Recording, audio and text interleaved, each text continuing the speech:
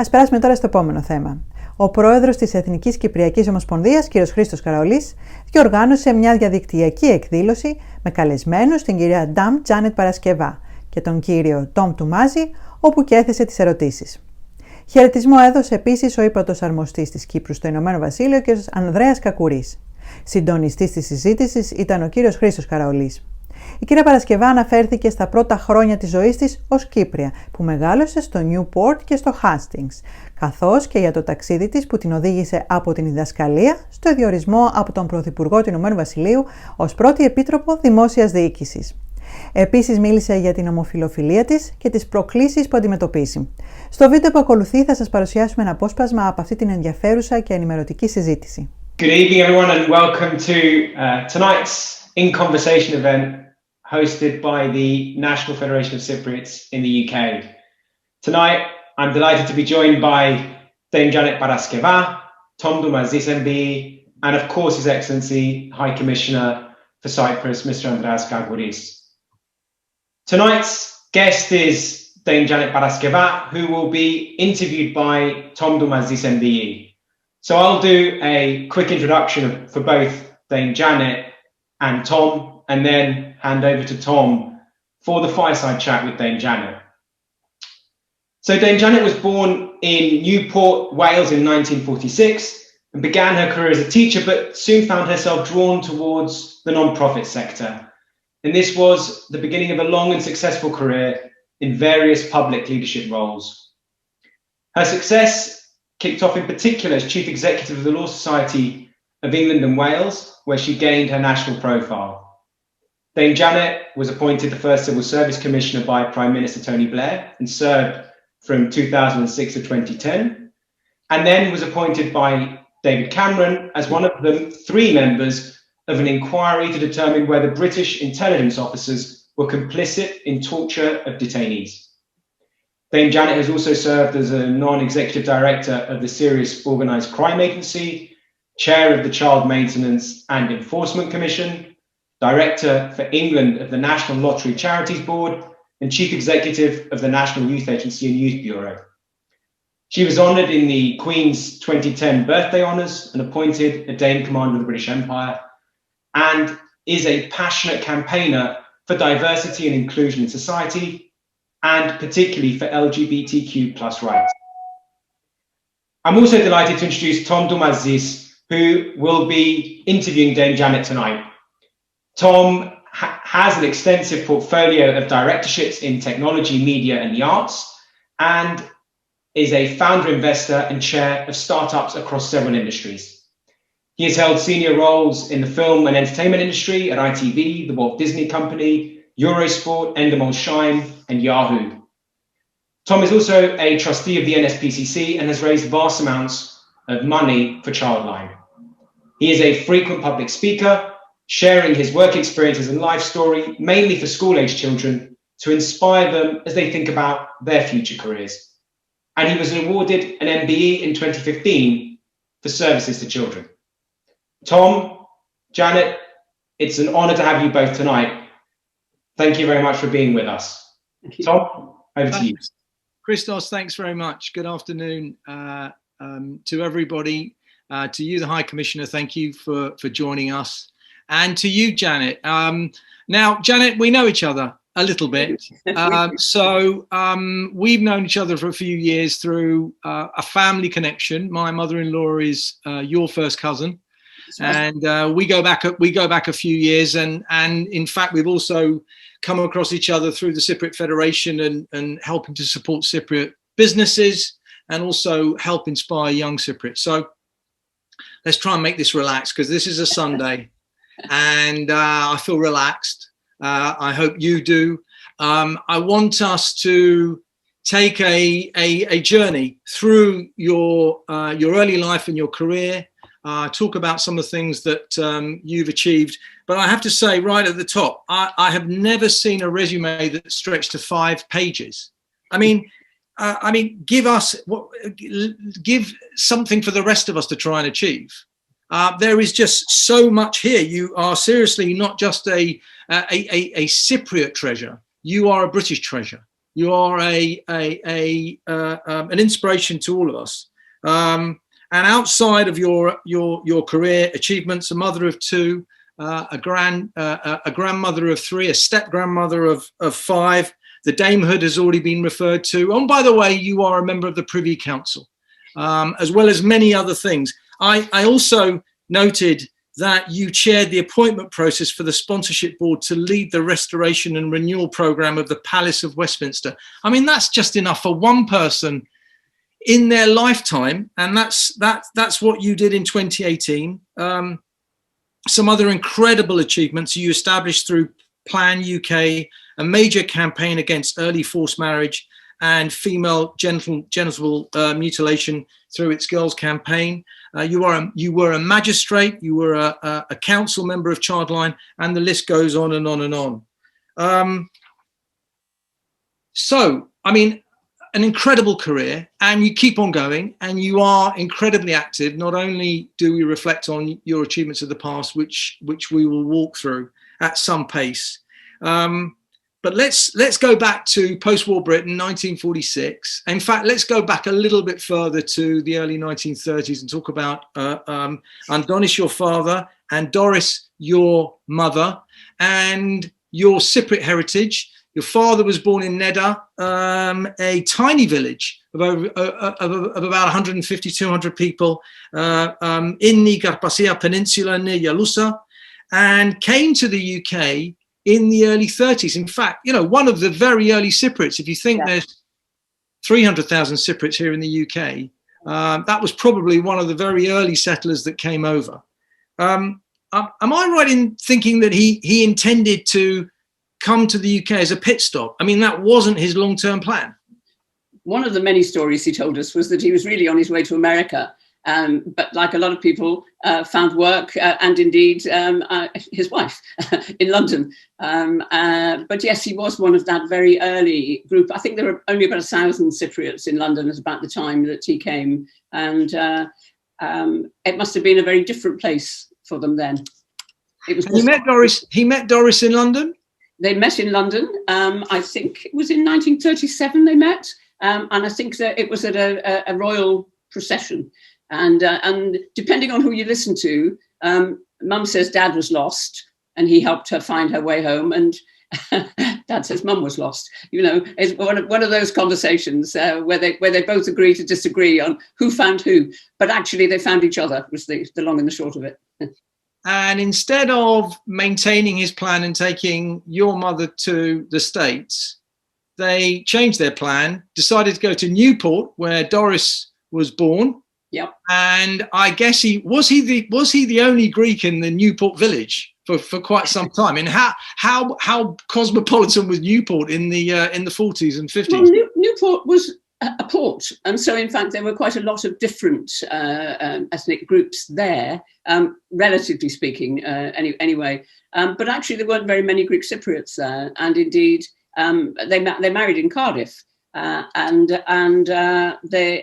it was Cardiff that we went to the Greek church, because there wasn't a Greek church in Newport. So my sister and I, because my brother was too tiny at the time, were taken off.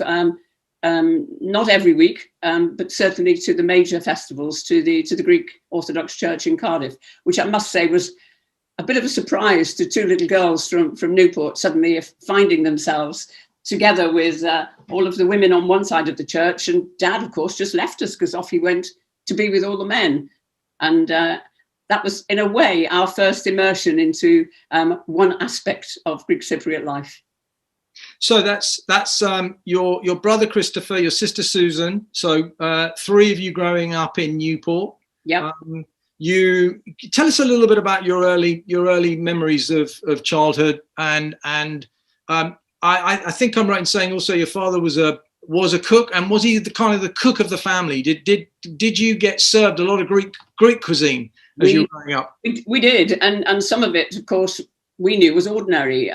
But of course, you know, if you serve avgomemoni, the rice is very soggy, and other people didn't have rice like that, so there were sometimes conversations with friends about what food should really look like, because our food sometimes was rather different. But yes, he was the cook in the family.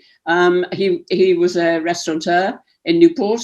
And then, in fact, we all moved to Hastings when I was about 12, 13. And he opened a restaurant there and was quite successful. Going to Hastings was quite an upheaval. And for me, it was the first time that I had really realised that my dad was a Greek Cypriot, and that made me something different. Because children aren't always very kind to each other. And they were not very kind about my dad's accent, or indeed about me, and left horrid notes in the desk. And so there was something there that I experienced for the first time, which I know a lot of people experience in different ethnic groups, far greater discrimination than I felt, in fact. Did you get a sense that this discrimination impacted the way in which teachers saw you, the education system saw you? I mean, clearly from your career, you are an incredibly intelligent person, and you've shown that through so many twists and turns. But, being young was in many regards you and your father's background seen as a negative contribution rather than what we should all think of as a positive contribution? It was certainly difficult when it came to doing A-levels and then what I would do after that, because I was told very clearly by my head teacher that even though I got A's and B's for my A-levels and could easily have got into university, that university wasn't for me. My dear, as she spoke to me, your father doesn't speak English. Dad spoke English. He had a heavy accent, but that was the reason given to me for her not recommending a university as a place for somebody like me. So I went to teacher training college and enjoyed it, I have to say, and became a teacher. And studied biological sciences, taught maths. Yeah, taught maths and science for a few years, and before I had my children. And then got into youth work and stayed working with young people, but in a much less formal setting. And did you enjoy? I mean, you spent, I think, 3 years as a teacher. Did you enjoy being a teacher? Yeah, I did, and assumed I would always be a teacher. At that time, thought my ambition would be to be a head teacher. I loved it. I loved the classroom, and always intended to go back. It was just that other opportunities came along. And you married your husband, Alan. He was a teacher. Did you meet through school? Were you both teaching at the same time? I met him at teacher training college. So. Oh, right. So you were both studying at the same time? No, he was my physics tutor. Okay. Okay. And so I think Alan was involved in youth clubs. And how a little bit about how you moved from teaching, the formal teaching of sciences, into managing youth clubs. It's a bit how I got into youth work, really, because when we moved, because he became a deputy head, and we moved and lived in a village just outside Coventry, and we'd only been there a very short while, and a knock came on the door saying, "Oh, saying to Alan, we hear you're the deputy head. We really need some help with the local youth club. How about it?" And Alan had just taken on a new, rather large job, and I could hear him saying, wanting to be supportive, but actually saying, "I really haven't got the time." So I piped up from the background and said, "But I have. In the evenings, you can look after the kids, and I'll go and run a youth club." And that's how I got into youth clubs work, and never looked back from there. Well, if Frank Sinatra's anthem "My Way" applies to anybody, it's to you, Janet, because you have really you've created a path and driven an enormous amount of change through your personal and professional career. I'm going to pause there and pass it over to the High Commissioner for some closing comments. Thank you so much. I mean, given that I knew a little bit about you and we've known each other for a few years, I had no idea how seriously I should have taken those very early conversations. I should have paid a bit more attention. You were just sitting to my right. I should have done a bit more homework. So this whole thing, funerals we sat together in. I know funerals as well. But it's been an absolute pleasure, and thank you so much for taking the time and sharing your story. Thank you very much. Thank you for the invitation. Thank you. Thank you, Tom. Dame Janet, this was absolutely incredible listening to your story.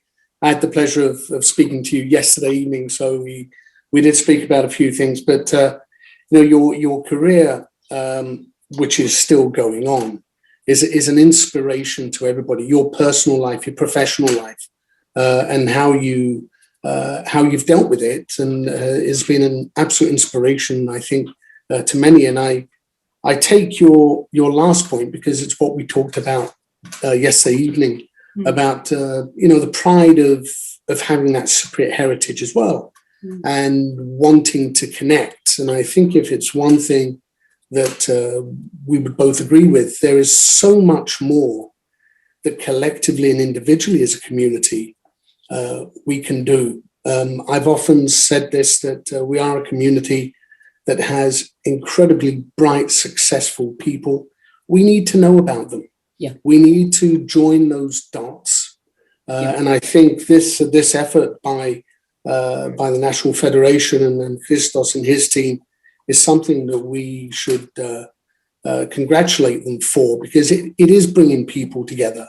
It is allowing, firstly, myself and so many others to find out about Cypriots, BBCs, those of Cypriot heritage who are over here, who have been as successful as they are, and who can be an inspiration. I very much hope to, as I said, work with you to see how we can join those dots and make this community punch above its weight. Absolutely. Because it is a community that deserves to be seen. It has a voice. It needs to have a loud voice. You are one example of that. Tom, you yourself are another example, and so many others. So tonight has been an absolute privilege to hear your story. Look forward to working with you, and I'd like to again, from my vantage point as High Commissioner, say how proud I am of being part of this community over here. It's my community where I was born and raised, and when we talk about the community, I feel very much part of that. And I wish everybody success. Christo, thank you again for putting tonight together. Tom, great fireside chat, conversation. I think you're a pro at this, so we'll have to see how we can use you on other occasions too. But thank you, Janet. Thank you, Tom, Christo, and to everybody that's signed in. It has been a most enjoyable 1 hour, and I've learnt a lot and look forward to continuing. Thank you. Thank you. My Commissioner, thank you very much for those kind words. And as he said, Tom, brilliant job. You told Janet's story brilliantly. And Dame Janet, thank you very much for kind of taking us through your journey and your life story, and for responding to our outreach to kind of get in touch with the Federation and engage with us. And I think, to all those people who've tuned in, thank you very much, despite the sunny weather, for tuning in with us virtually. And we do plan, when we can, to do much more of this live and in person. So when circumstances permit, we will be doing an in-person event where you can actually get to meet people in person. But for the time being, we're virtual. So thank you very much all. Ολόκληρη αυτή την ενδιαφέρουσα συνέντευξη μπορείτε να την παρακολουθήσετε στα social media της Εθνικής Κυπριακής Ομοσπονδίας. Θα θέλαμε επίσης να εκφράσουμε τις θερμές ευχαριστίες μας στον πρόεδρο της Εθνικής Κυπριακής Ομοσπονδίας, κύριο Χρήστο Καραολή, και στον πρόεδρο της ΝΕΠΟΜΠΑΚ, Χρήστο Τουτών.